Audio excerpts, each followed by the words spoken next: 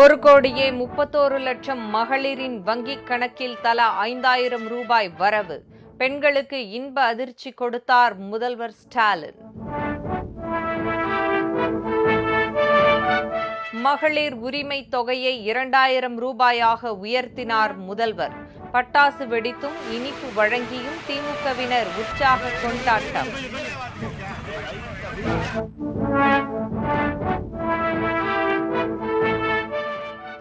திடீரென சிறப்பு நிதியாக 2,000 ரூபாய் அறிவிப்பது ஏன்?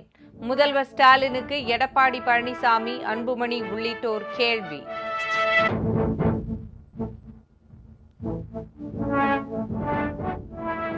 காமராஜர், எம்ஜிஆர் நடத்திய நல்லாட்சியை தமிழக வெற்றிக் கழகத்தால் மட்டுமே தர முடியும்.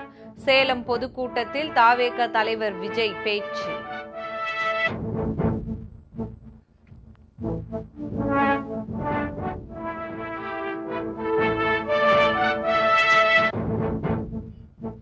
உங்களை தேடி வரும் மக்களின் கோரிக்கைகளை கனிவுடன் கேட்டு தீர்வு காணுங்கள்.